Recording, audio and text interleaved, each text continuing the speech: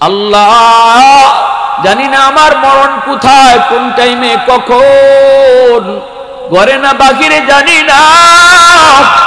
কত সন্তান মার কাছ থেকে বাবার কাছ থেকে বিদায় নিয়ে ঘর থেকে বের হয় আর বাপ মার কাছে ফিরে আসে না। কত বাবা সন্তানের কাছ থেকে বিদায় নিয়ে বের হয় আর সন্তানের কাছে ফিরে না। যুবক চোখের পানিটা ফেলায় যদি কয় মালিক ভুল করেছি আর করব না, আল্লাহ কয় কইতে দেরি, আমি তার পিছনের জীবনের সব গুনাহ মাফ করে দিতে দেরি করব না। এজন্যই তো আল্লাহর নবী কয় তাইবু মিনাদ যামবি কামান লা যামবালা, তওবাকারীর তওবাকে আল্লাহ এমন ভাবে কবুল করে নেয় তার আমলনামার ভিতরে আর কোনো গুনাহ থাকে না, একদম নিষ্পাপ হয়ে যায়, একদম মাসুম হয়ে যায়। তওবাকারীর আমলনামায় কোনো গুনাহ থাকে না, খালি নেকি আর নেকি। শুধু নেকি কেমনে হলো? কই গুনাহগুলোকে আল্লাহ নেকি দ্বারা পাল্টায় দেয়। ইল্লা মান তাবা ওয়া আমানা ওয়া আমিলা আমালান সালিহা ফাউলাইকা ইউবাদদিলুল্লাহু সাইয়্যাতিহিম হাসানাত ওয়া কানা আল্লাহু গফুরার রহিমা। আল্লাহ কই তওবাকারীর তওবার কারণে আমি আল্লাহ তার গুনাহ যদি পাহাড় পরিমাণ হয়, এই পাহাড় পরিমাণ গুনাহকে পাহাড় পরিমাণ নেকি বানায় দেই। আল্লাহু আকবার জোরে কও। সাগর পরিমাণ গুনাহ যদি হয়, তওবার কারণে আল্লাহ পাক সাগর পরিমাণ নেকি বানায় দেয়। এজন্য তওবাকারীকে আল্লাহ এত মায়া করে।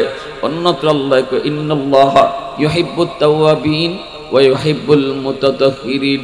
তওবাকারীর মহব্বতের কথা আল্লাহ আগে আনছে, মুতাতাহহিরিনকে আল্লাহ ভালোবাসে কথাটা পরে নিছে। এর দ্বারা আল্লাহ বুঝাইলো যার জীবনে কোনো গুনাহই হয় না তারও আল্লাহ ভালো পায়, কিন্তু যে গুনাহ করার পর আল্লাহর কাছে কান্নাকাটি করে তারে আল্লাহ বেশি ভালো পায়। জোরে কোন সুবহানাল্লাহ। ইল্লাল্লাযীনা আমানু ওয়া আমিলুস সালিহাত ফালাহুম আজরুন গায়রু মামনুন। আল্লাহ পাক বলেন, কিন্তু ওই মানুষগুলি যারা যৌবনে ইবাদত ঠিকমতো করছে, আল্লাহ পাকের গোলামি ঠিকমতো করলো, যে যুবক যৌবনে আল্লাহকে মানলো, যৌবনে সে মসজিদে 5 ওয়াক্ত নামাজ পড়লো, যৌবনে বাপ মার সেবা করলো, যৌবনে মুরব্বীদেরকে সম্মান করলো, যৌবনকালে যেই যুবক মুখে দাড়ি রাখলো, যৌবনে যেই যুবক গুনাহ থেকে নিজেরে বাঁচায় রাখলো, আল্লাহ বলেন ওই যুবক বৃদ্ধ বয়সে যখন বয়স বেশি হওয়ার কারণে সব আমল পারবে না, আমি আল্লাহ তার যৌবনের সবগুলি আমল বুড়া বয়সে জারি রেখে দিব। 5 ওয়াক্ত নামাজ তুমি ঠিক মতো মসজিদে আদায় করেছো, গায়ে যতদিন তোমার শক্তি ছিল যুবক, আল্লাহর ঘর মসজিদে যায় জামাতে তুমি নামাজ আদায় করেছো রে, এইবার তোমার গায়ে আল্লাহ পাক শক্তি কেড়ে নিয়েছে, তোমাকে আল্লাহ নিজে বৃদ্ধ বানিয়ে দিছে। মানুষ নিজে নিজে কোনোদিন বৃদ্ধ হয় না, বৃদ্ধ বানায় কে? একটু জোরে বলেন কে? মানুষের হাতে যদি বৃদ্ধ হওয়া থাকতো তাহলে দুনিয়ার কোনো মানুষ বুড়া হইতো না, সবাই জোয়ান থাকতে চাইতো। আল্লাহ তারে বুড়া বানিয়ে দিয়েছেন, বৃদ্ধ বানিয়ে দিয়েছেন, গায়ের শক্তি আল্লাহ কেড়ে নিয়েছেন। এইবার সে মসজিদে যাইতে ভয় পায়, মাথা ঘুরায়, শরীর ঘুরায়, পায়ে ব্যথা, কোমরে ব্যথা। আল্লাহর ঘর মসজিদে যায় জামাতে নামাজ পড়তে তার ভয় হয়। শরী উজুরের কারণে যখন সে ঘরে নামাজ আদায় করে নিবে, শরীয়ত তারে বলবে তোমার মসজিদে যাওয়ার প্রয়োজন নাই, এই অবস্থায় তুমি ঘরে নামাজ পড়ো। অসুস্থ হয়েছো তুমি, এমন অসুস্থ, মসজিদে যাওয়ার মতো তোমার অবস্থা নাই রে যুবক, ঘরে তুমি নামাজ আদায় করেছো। আল্লাহ ফেরেশতাদেরকে বলবেন, ফেরেশতারা শুন, আমার বান্দা যদিও ঘরে নামাজ আদায় করেছে তবুও তার আমল নামায় তোমরা ঘরের নামাজের সওয়াব না, বরং মসজিদে জামাতে নামাজ পড়লে যে সওয়াব হইতো ওই সওয়াব তার আমল নামায় তুলে দাও। কারণ হলো আমি আল্লাহ তারে বৃদ্ধ বানাইছি, নিজে নিজে বৃদ্ধ হয় নাই। আজও যদি সে যুবক থাকতো, আজও মসজিদে যে নামাজ আদায় করত, বয়স থাকতে যেভাবে মসজিদে গেছে আজও মসজিদে যাইতো। যদি আমি আল্লাহ তারে আজও যুবক রাখতাম, আজও যদি তার গায়ে শক্তি রাখতাম, আমি তার গায়ের শক্তি কেড়ে নিয়েছি, আমি তার অসুস্থ বানিয়ে দিছি, বিছানায় পড়ে গেছে আমার বান্দা, হাঁটতে গেলে তার ভয় হয়, মাথা ঘোরা, কোথায় জানি পড়ে যাবে। এই ভয়ে যখন মসজিদে যেতে পারে না, ঘরের ভিতরে যখন নামাজ আদায় করে, তোমরা ফেরেশতারা ঘরে নামাজ পড়লেও তার আমল নামায় মসজিদে জামাতের সওয়াব তোমরা উঠায় দাও। যখন সুবহানাল্লাহ, আরে যখন সুবহানাল্লাহ। প্রশংসা করব কার? গোলামি করব কার? ওয়াহদাতি কি হিফাজতি নেহি বেকুওয়াতে বাজু, ওয়াহদাতি কি হিফাজতি নেহি বেকুওয়াতে বাজু, आती नहीं कुछ कामी हाक ले खुदा दाद, आती नहीं कुछ कामी हाक ले खुदा दाद। ऐ मर्द खुदा तुझको कुव्वत नहीं हासिल, जा बैठ किसी गार में अल्लाह को कर याद। ये सच है कि बातिल की तरफदार नहीं हम, गद्दार न समझो गम गद्दार नहीं हा। फूलों की तरह नरम मिजाज अपना है नाज़ुर, हम तेरी नहीं नेज़ा व तलवार नहीं हा, हम तेरी नहीं नेज़ा व तलवार नहीं हा। প্রশংসা করব কার? এজন্য আল্লাহ পাক রব্বুল আলামিন বলে, ও ফেরেশতারা একটু দেখো, আমার বান্দা ঘুমায় রইছে, কিন্তু যতদিন তার গায়ে শক্তি ছিল ততদিন সে ঠিকমতো তাহাজ্জুদের নামাজ পড়তো। এখন তার গায়ের শক্তি আমি আল্লাহ কেড়ে নিয়েছি, ঘুমায় রইছে, তাহাজ্জুদ পড়তে পারে না, কারণ তার শরীরে ব্যথা, কারণ সে প্রচন্ড অসুস্থ, শক্তি নাই, উঠতে ভয় পায়। যদিও আমার বান্দা ঘুমায় রইছে, কিন্তু যৌবনে তাহাজ্জুদের সওয়াব তার আমল নামায় জারি রেখে দাও। ঘুমায় থাকবি আল্লাহর গোলাম, ঘুমায় থাকবি, তবুও তার আমল নামায় তাহাজ্জুদের সওয়াব আল্লাহ উঠায় দিবে। কোন সময়ের যুবক? যেই বয়সে তুমি তাহাজ্জুদ পড়বা, যেই বয়সে তোমার তাহাজ্জুদ পড়ার টাইম, যেই সময়টাতে তোমার গায়ের শক্তি আছে, রাতের বেলা তুমি উঠতে পারো, রাতে তুমি দাঁড়ায় থাকতে পারো। যেই বয়সে দাঁড়ায় থাকতে পারবে না, ওই বয়সে ঘুমায় থাকলেও আল্লাহ তাহাজ্জুদের সওয়াব দান করবে। আজ তোমার চোখে পাওয়ার নাই, যেই সময় তোমার চোখে পাওয়ার ছিল, আমি আল্লাহর কোরআন তুমি তেলাওয়াত করেছো, মাগরিবের পরে তুমি সূরা ওয়াকিয়া তেলাওয়াত করেছো, ফজরের পরে সূরা ইয়াসিন তুমি তেলাওয়াত করেছো, আমি আল্লাহ তোমার চোখে পাওয়ার দিয়ে রাখছিলাম, তখন তুমি কোরআন ঠিকমতো আদায় করেছো, দাইমি ভাবে কোরআন তেলাওয়াত তুমি আমল করেছো। এখন আমি আল্লাহ তোমার চোখের পাওয়ার কেড়ে নিয়েছি। মানুষ তোমাকে দাম দেয় না, মানুষ তোমাকে মূল্যায়ন করে না, কিন্তু আমি আল্লাহ বলি, তুমি ঘরে বসে আছো, কোরআন পড়তে পারো না, কারণ কোরআনের হরফগুলি দৌড়াদৌড়ি করে, চোখে ঠিক মতো দেখো না। আফসোস করে আল্লাহর বান্দায়, আল্লাহ আমার চোখে যদি পাওয়ার থাকতো, আজও আমি আগের মতোই কোরআন তেলাওয়াত করতাম। আল্লাহু আকবার জোরে কও। ও মালিক, আজও আমি তেলাওয়াত করতাম যদি আগের মতো আমার পাওয়ার থাকতো। আল্লাহ কয়, ফেরেশতারা দেখছো আমার বান্দা কেমন আফসোস করে, যদিও আমার বান্দা কোরআন পড়তে পারে না, তবু তার আমল নামায় কোরআন তেলাওয়াতের আগের দায়মি আমলটা জারি রেখে দাও। সুবহানাল্লাহ। এজন্য আমার ভাইয়েরা, বন্ধুরা, আল্লাহর নবী রহমতের নবী বলেছেন, লা ওয়ারআকাল কাফি আও কামা ক্বালান নবী আলাইহিস সালাতু ওয়াস সালাম, নবীজি বলেন, তোমাদের ভিতরে যেই মানুষটা শক্তি আছে, সুযোগ আছে গুনাহ করার, এরপরও যে আল্লাহর ভয়ে গুনাহ করে না। যুবকের শক্তি ছিল গুনাহ করার, যুবকের সুযোগও ছিল গুনাহ করার। যৌবনের চাহিদা হলো গুনাহ করা, যৌবনের চাহিদা হলো গান বাজনা করানো, যৌবনের চাহিদা হলো চুরি করা, যৌবনের চাহিদা হলো এরকম ভাবে খুন খারাপি করা, যৌবনের চাহিদা হলো জিনা বেবিচারে যাওয়া। কিন্তু আল্লাহর নবী কয়, যেই যুবক চাহিদা ছিল, সুযোগ ছিল, শক্তি ছিল, এরপরও আল্লাহর ভয়ে যে গুনাহটা করে না, নিজের বিরত রাখে, রাসূল কয় সে তো ওই বয়সে ওই টাইমে সে আল্লাহর ওলি হয়ে যায়। এজন্য যুবকদের জন্য আল্লাহর ওলি হওয়া খুব সহজ। সুবহানাল্লাহ। আল্লাহর ওলি হওয়া যুবকদের জন্য সহজ। আল্লাহ পাক রব্বুল আলামিন বলে, জানোনি এই জমিন প্রতিদিন আমি আল্লাহর কাছে আবদার করে মালিক, হাদিসে কুদসি, আলা কুল্লা ইয়াউমিন ওয়াল আরদু ইস্তাজিলু রাব্বাহু ওয়াল বাহরা ইস্তাজিলু রাব্বাহু ওয়াল মালাইকাতু ইস্তাজিলু রাব্বাহু। আল্লাহ বলে, প্রতিদিন জমিন আমি আল্লাহর কাছে আবদার করে, আল্লাহর কাছে আবদার করে। কি কয়? জমিনে কয়, মালিক আমি আর কত জমিনে গুনাহ দেখব, আর কত আমি নাফরমানি দেখব, এই বেনামাজির পায়ের বোঝা আমি কত আর নিব। ও মালিক, বেনামাজি কেমনে দেখো না আমি জমিনের উপর হাঁটে, ফজরের নামাজটা না পড়া কেমনে আমি জমিনের উপর দিয়ে হাঁটতেছে গো মালিক।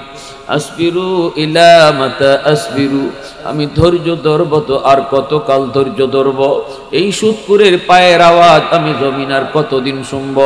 আল্লাহ অনুমতি দাও, ওই নাফরমান গুলাকে আমি জমিন গিলে ফেলবো, এই বেনামাজিকে আমি জমিন জিন্দা গিলে ফেলবো, সুদকুর ঘুষকুরকে আমি জমিন জিন্দা গিলে ফেলবো। আল্লাহ তুমি অনুমতি দাও। আসবিরু ইলা মাতা আসবিরু, ধৈর্য ধরব তো আর কতকাল ধৈর্য ধরব? আল্লাহ পাক কয়, জমিন ভালো করে শুন, আমার আর আমার বান্দা বান্দির মাঝখানে তোরা কেউ নাক গলাবি না। আমার বান্দা আমার বান্দি কি করে আমি আল্লাহ দেখতেছি, আবার আমি এও অপেক্ষায় আছি কখন জানি তওবা করে। আমার বান্দা 60 বছর 70 বছর গুনাহ করার পরেও যদি খাঁটি দিলে তওবা করে নেয়, আমি তওবা করতে দেরি, তার জীবনের গুনাহ মাফ করতে দেরি করব না।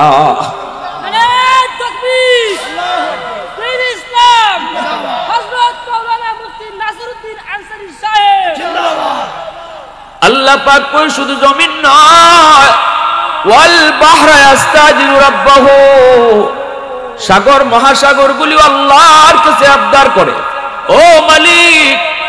কক্সবাজার সমুদ্র সৈকতের পারে গিয়া কত যুবক কত যুবতী গুনাহ করে, কত যুবক কত যুবতী গুনার আয়োজন করে, সাগরের পানিটা তাকায় তাকায় দেখে, সাগরের পানি সব গুনাহগুলি দেখতেছে। আল্লাহ বলে, সাগর আমি আল্লাহর কাছে প্রতিদিন আবদার করে, মালিক আর কত আমি গুনাহগুলি দেখব, এই নাফরমান গুলার নাফরমানি আমি আর কত দেখব? আমি সাগর কতটা অশান্ত এই বেঈমানরা জানে, নাফরমানে ভালো করে জানে।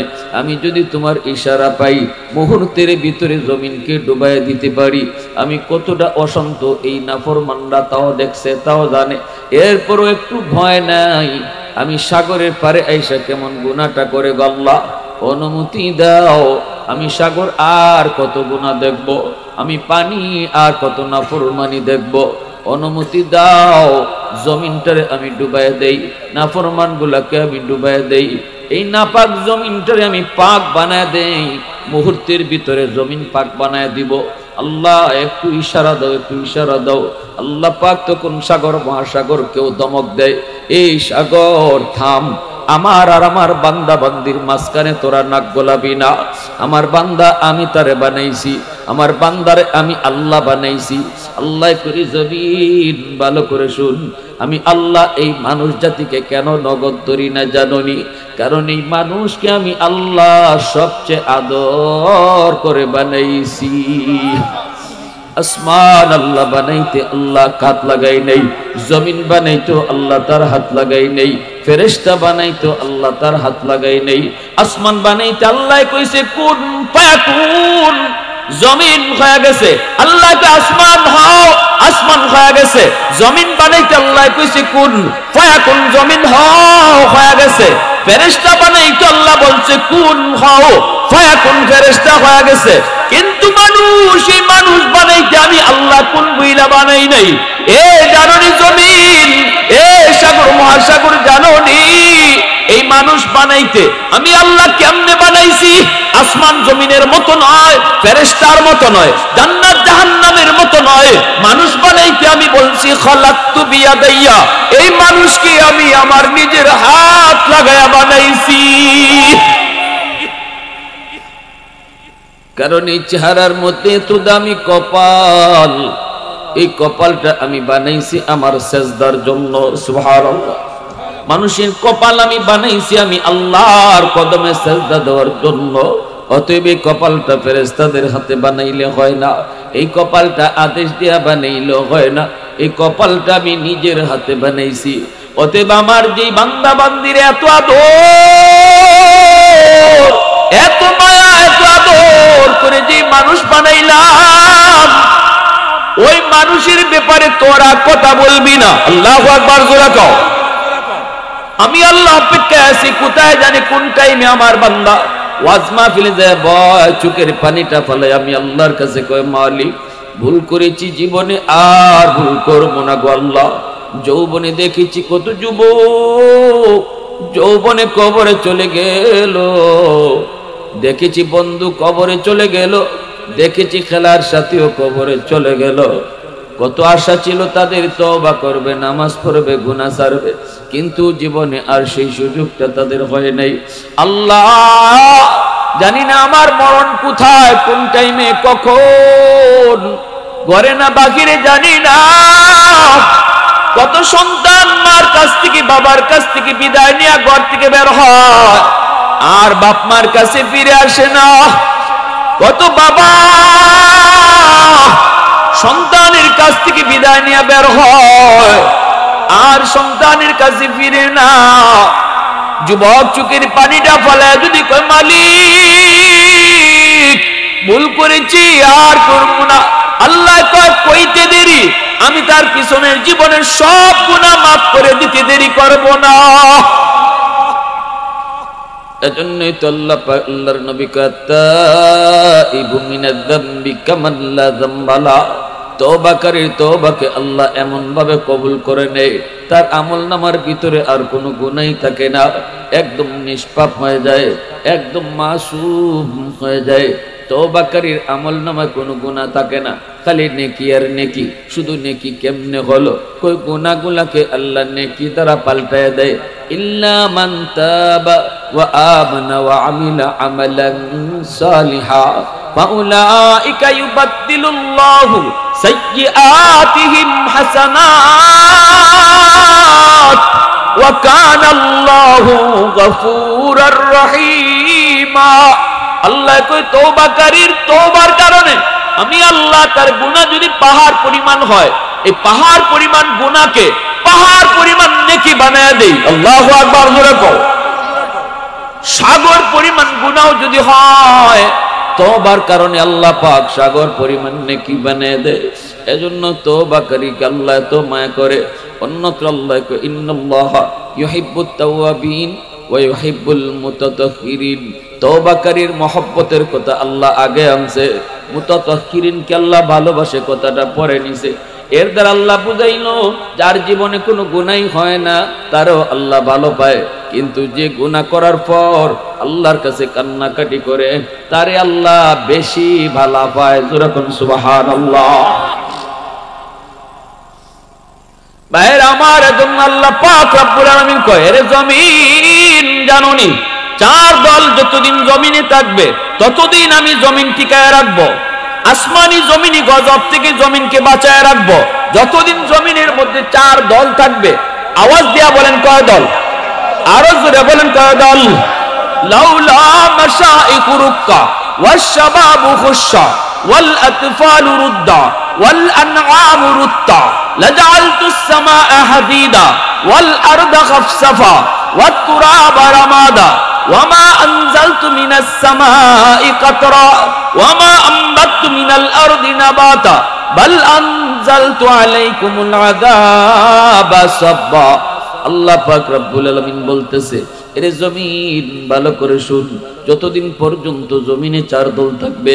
এক নাম্বার হলো এই জমিনের ভিতরে আমি আল্লাহ যখন দেখি আমার কিছু বৃদ্ধ বান্দা বান্দি চুলদারি তাদের সাদা হয়ে গেছে, কোমরে তাদের ব্যথা, হাঁটুতে তার ব্যথা, রুকু করতে তার বড় কষ্ট হয়, সেজদা দিতে তার কষ্ট হয়, দাঁড়ায় থাকতে তার বড় কষ্ট হয়, রুকু করতে গেলে মনে হয় যেন পায়ের রগটা ছিঁড়ে যায়, সেজদায় গেলে মনে হয় কোমরের রগটা তার ছিঁড়ে যায়।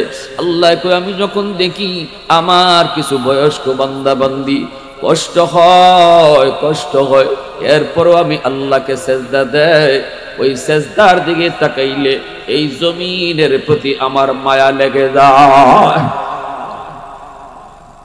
ওয়াশবাবু খুশা, আল্লাহ পাক ওই দ্বিতীয় দল হলো ওই যুবক, যেই যুবক যৌবনে পাগলামি করে না।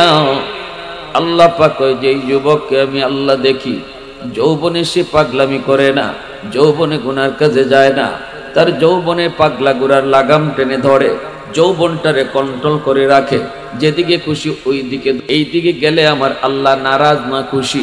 যদি দেখি আমার আল্লাহ নারাজ, যুবক ওই দিকে যায় না, বন্ধুরা ডাকলেও সে এই দিকে যায় না, কখনো গান বাজনার আয়োজন করে না, করে যদি ওয়াজ মাহফিলের আয়োজন করে।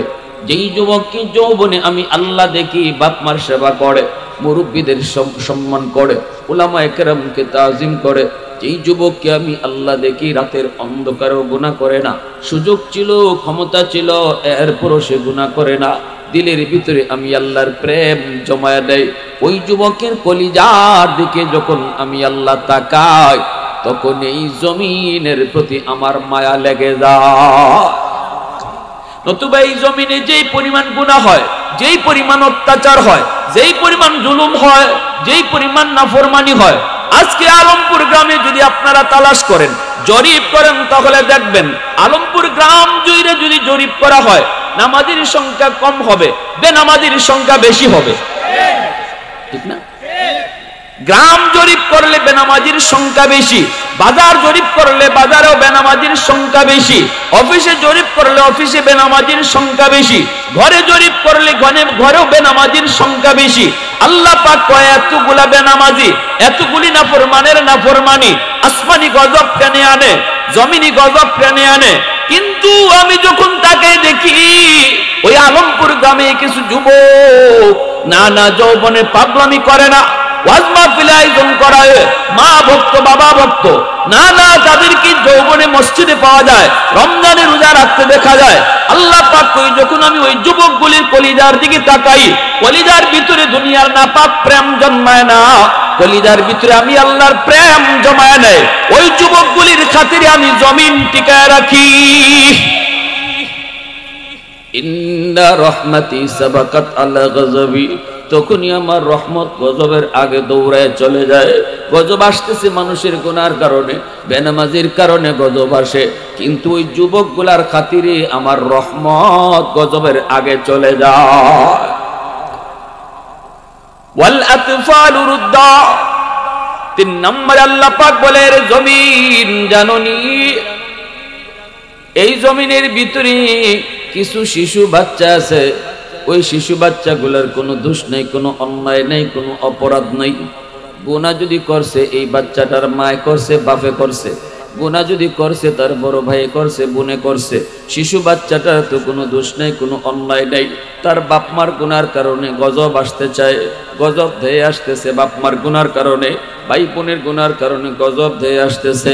কিন্তু আমি আল্লাহ যখন দেখি ওই গজবের ভিতরে শিশু বাচ্চাটাও পইরা যায়, অথচ শিশু বাচ্চাটার কোনো দোষ নাই, তার কোনো গুনাহ নাই, তখনই আমার রহমতকে আমি আল্লাহ ছেড়ে দিই, রহমত গজবের আগে চলে আসে। এজন্য অহেতুক শিশু বাচ্চাদেরকে মারবেন না, কষ্ট দিবেন না। আমার মতো নাফরমানরে আল্লাহ আসমানি জমিনে গজব দিয়ে শেষ করে দিত, আমার মতো নাফরমানরা আল্লাহ রিজিক বন্ধ করে শেষ করে দিত, কিন্তু রিজিক দিয়া বাঁচায় রাখছে ওই শিশু বাচ্চাটার উসিলায়। যেরকম সুবহানাল্লাহ। আল্লাহ রসুলের বহুত বড় সুন্নত, নবীজি ছোট ছোট বাচ্চাগুলির মায়া করতেন, আদর করতেন, স্নেহ করতেন, কারণ এরা মাসুম, নিষ্পাপ, ফেরেশতা সমতুল্য। শুধু খালি নিষ্পাপ না, বরং এদের উসিলায় আমার মতো নাফরমানরে আল্লাহ খাওয়াইতেছে। ওয়াল আনআমু, আল্লাহ পাক বলেন চতুর্থ নম্বর হলো এই জমিনের ভিতরে কিছু পশু পাখি, হাঁস, মুরগি, গরু, ছাগল আছে, এদের উপরে শরীয়তের কোনো বিধিবিধান নাই। গরু ছাগলের উপরে নামাজ নাই, রোজা নাই, হজ নাই, যাকাত নাই, হালাল নাই, হারাম নাই, এজন্য গরু ছাগলের কোনো গুনাহও নাই। হাঁস, মুরগি, গরু, ছাগলের কোনো গুনাহ আছে? গুনাহ নেই। আল্লাহ পাক কই জমিনে গুনাহ করে মানুষ, এই মানুষের গুনার কারণে যখন আসমানি জমিনে গজব আসে, আমি আল্লাহ তাকে দেখি এই গজবের ভিতরে পশু পাখিগুলা পইরা যায়, অথচ এদের কোনো দোষ নাই। সুবহানাল্লাহ। অপরাধ তারা করে নাই, গুনাহ তারা করে নাই, গুনাহ করছে মানুষ। এই মানুষের গুনার কারণে গজব আসে, আর এই গজবের ভিতরে পশু পাখি পইরা যায়, অথচ পশু পাখির কোনো অপরাধ। এজন্য অহেতুক পশু পাখিরও মারা যাবে। মন চাইলো গরু রেখে বাড়ি মারলাম, মন চাইলো একটা ছাগল রে বাড়ি মারলাম, লাত্তি মারলাম, মন চাইলো একটা মুরগিরে ইটা মাইরা ভাও ভাঙ্গি দিলাম। তোমার মতো নাফরমান থেকে মুরগিটা অনেক বালা। এই মুরগির উসিলে আল্লাহ তুমি তোমার আমার মতো নাফরমানরে খাওয়াইতেছে, নাইলে আযাব গজব আইসা আমারে শেষ করে দিত। আমার যে পরিমাণ গুনাহ, আল্লাহ ওই মুরগিটার উসিলায় আমারে বাঁচাইয়া রাখছে, যে মুরগিটার ভাও ভাঙছি আমি এখন। কথা বুঝে আসছে? গরু ছাগলটা মারা যাবে, আর অহেতুক কষ্ট দেওয়া যাবে? অহেতুক কষ্ট দেওয়া যাবে?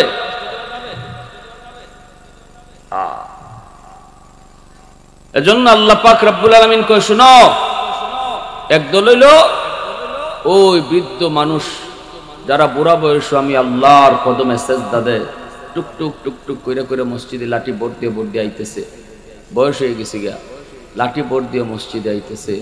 আল্লাহকে আমার এই বান্দার এই কষ্ট কইরা এই আস্তে আস্তে আইটা আইটা গুজা হইয়া লাঠি বোর্ড দিয়ে যে মসজিদে আইতেছে, তার এই আওয়ানটা দেখি আমি আল্লাহর এই জমিনের প্রতি মায়া লেগে যায়।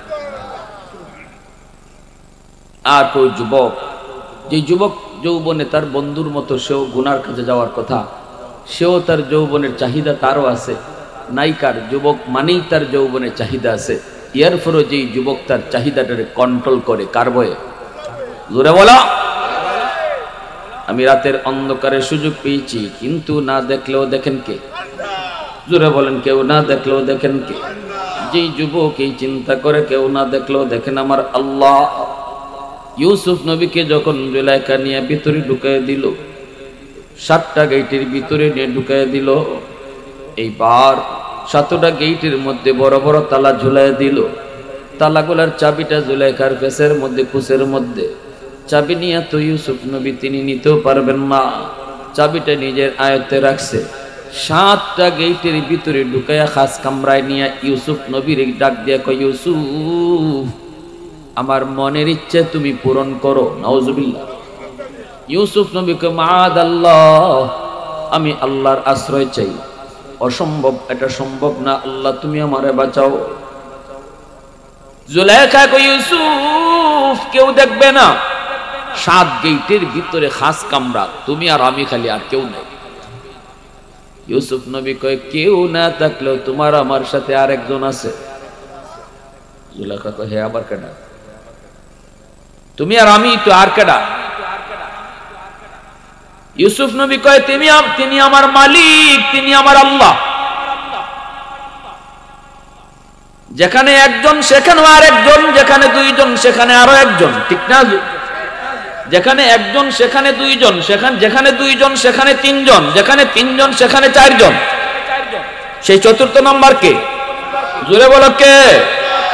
এজন্য ইউসুফ নবী কয়, না, অসম্ভব হবে না, দরজা বন্ধ করেছো রুমে তুমি আর আমি না, আরো একজন আছেন, তিনি হলেন তোমার আমার মালিক, তিনি হলেন তোমার আমার খালিক, তিনি আমার আল্লাহ। ইউসুফ নবী যখন কইছে আমার আল্লাহ এখানে আছে, আল্লাহ দেখতেছে, সাথে সাথে এইবার কি করলো, জুলাইখা কও বুঝছি আমার চোখে সুরুফে তুমি মূর্তি দেখছো।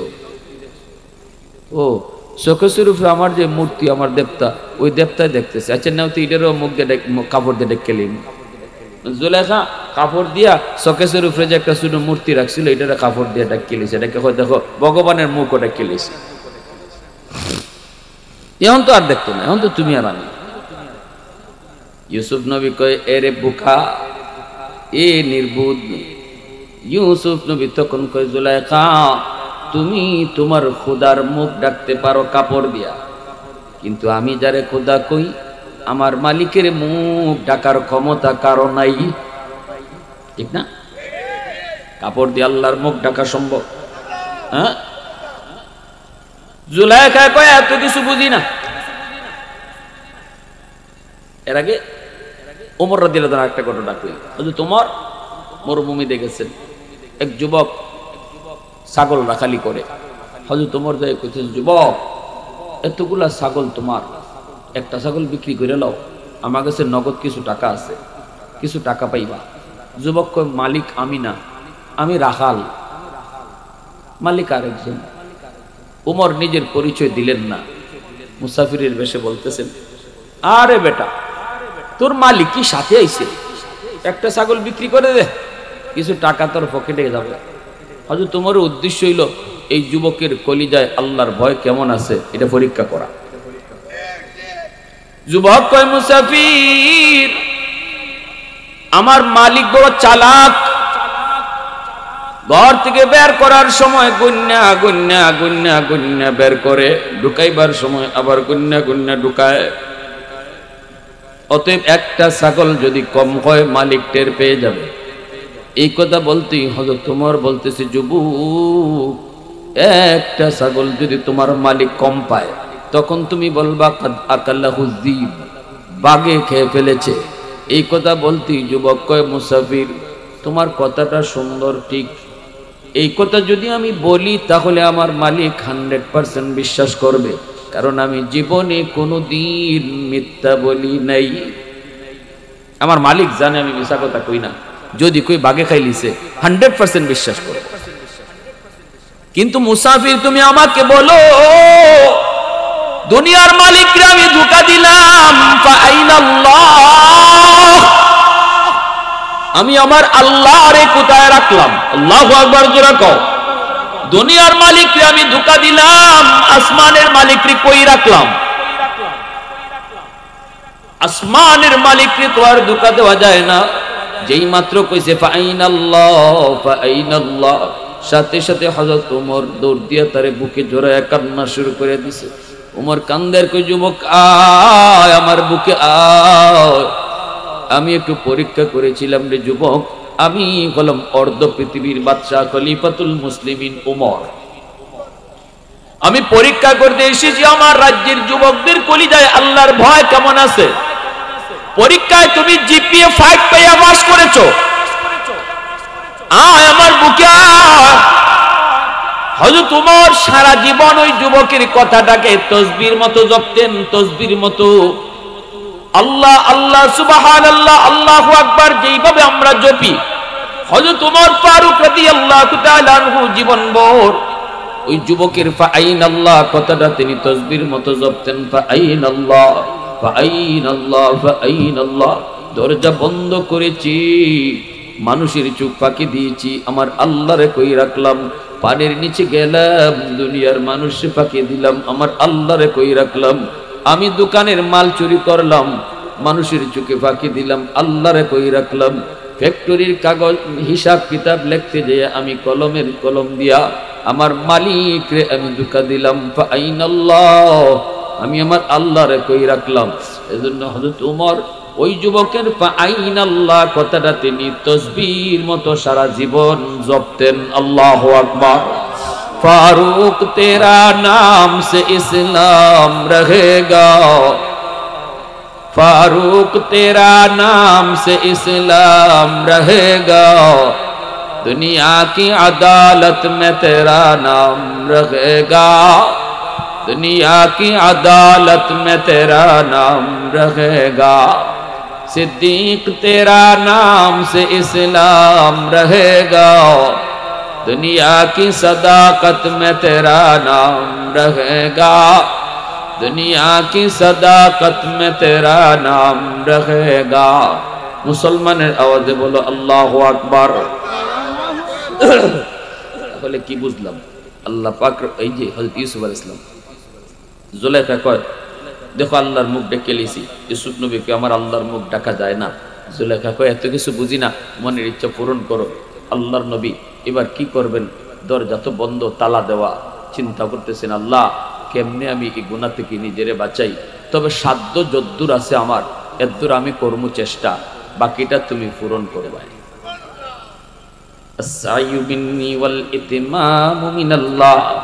আল্লাহ পাক বলে ওয়াল্লাযীনা জাহাদু ফীনা লানাহদিয়ান্নাহুম সুবুলানা ওয়া ইন্নাল্লাহা লামাআল মুহসিনিন।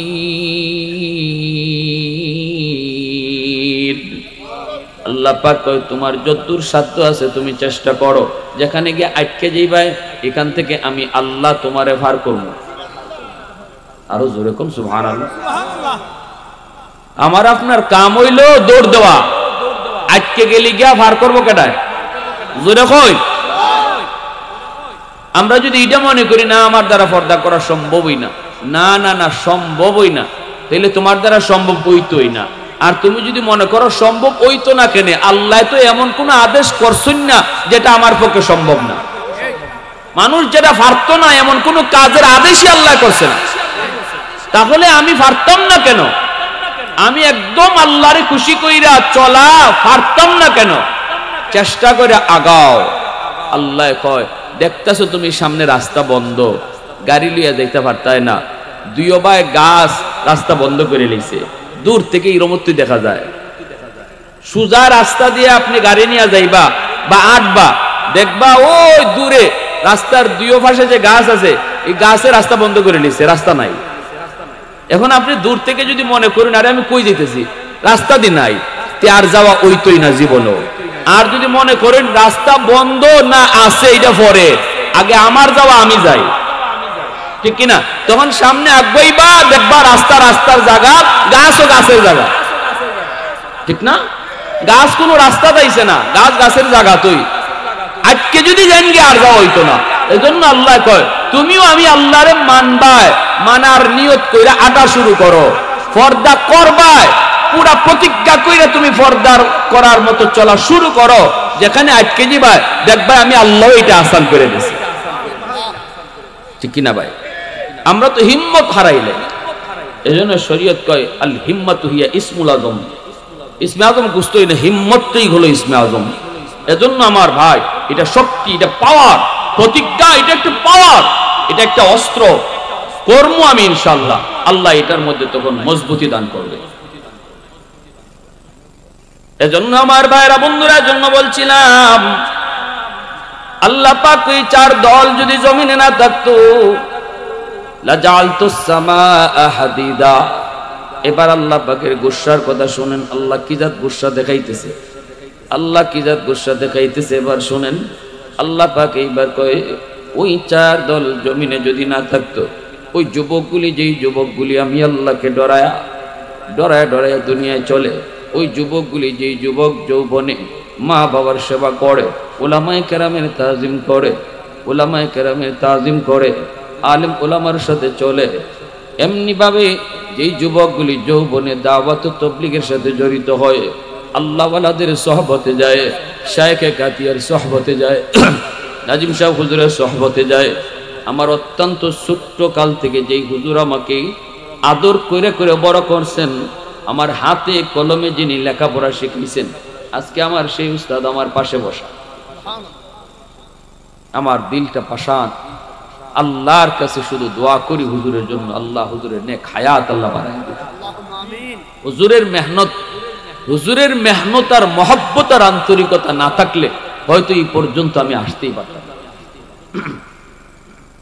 আমার ফ্যামিলিটা একটা জেনারেল ফ্যামিলি। আমার ফ্যামিলিতে কেউ আলেম নাই, সবাই বড় বড় জেনারেল শিক্ষিত।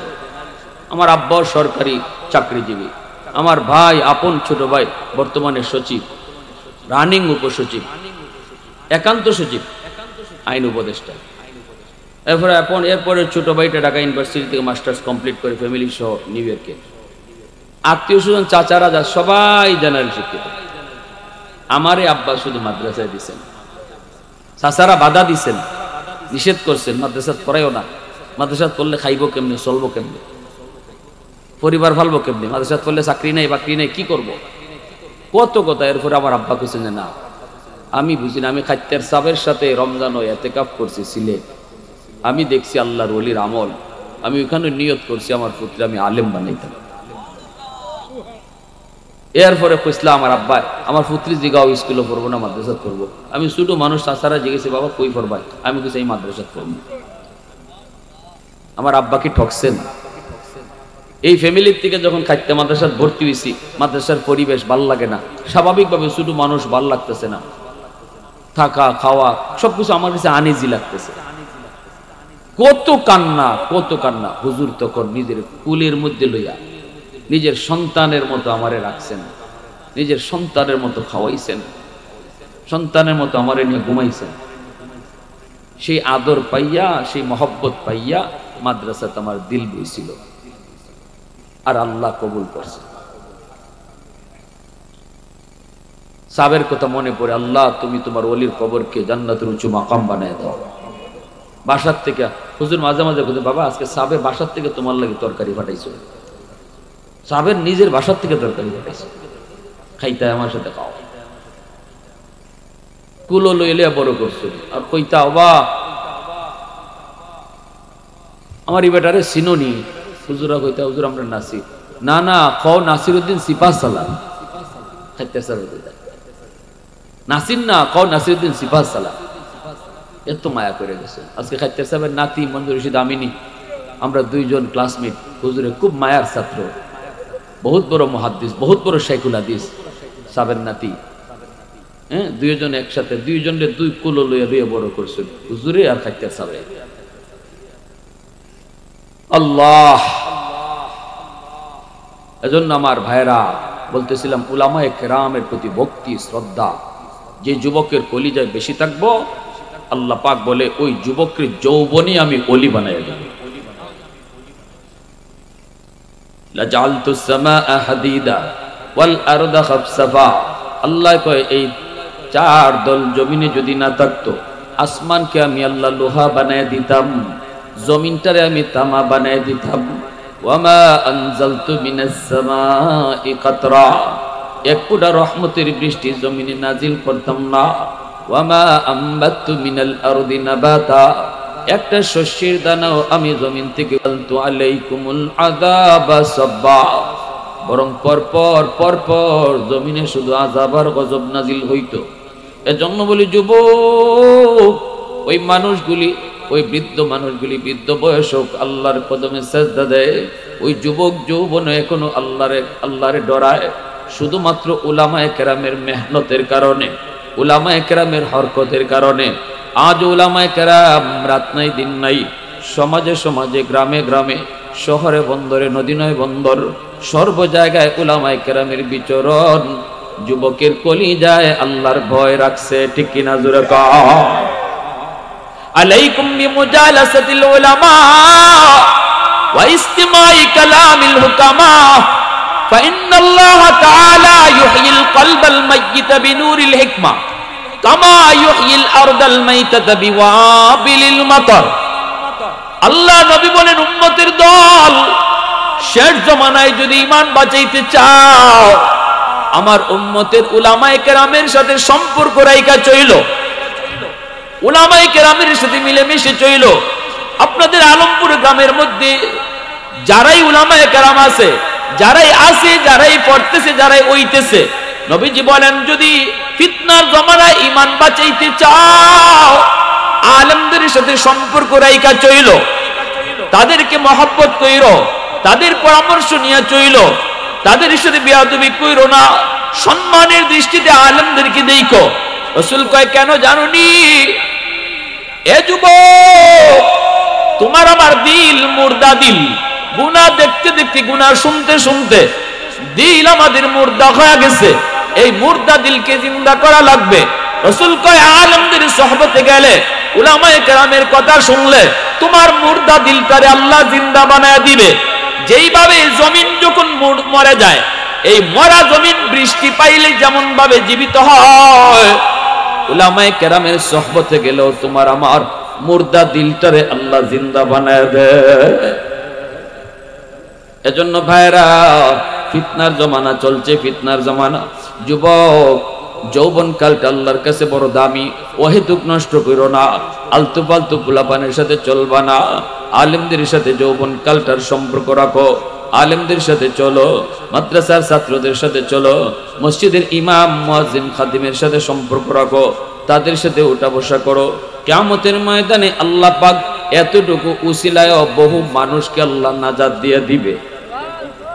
এতটুকু উসিলায় শুধু আলেমদের প্রতি আমার দিল থেকে মহব্বত ছিল, এই উসিলায় আল্লাহ বহু মানুষকে নাজাত দিয়ে দিবে।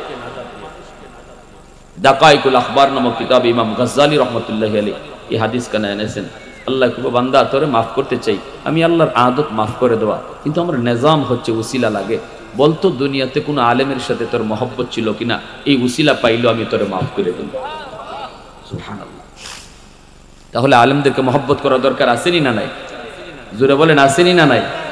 রাজি আছি না সবাই ইনশাআল্লাহ?